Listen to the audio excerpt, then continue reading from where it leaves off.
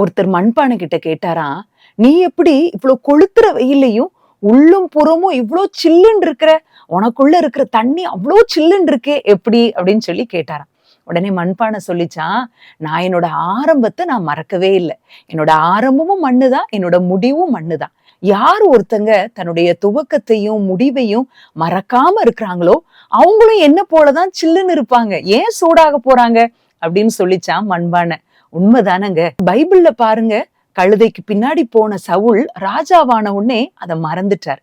ஆனா தாவீது தான் ஆடுகளுக்கு பின்னாக போன தன்னைதான் ஆண்டவர் ராஜாவா உயர்த்தி இருக்கிறாரு அப்படிங்கிறத கடைசி வரைக்கும் மறக்காம இருந்தார்.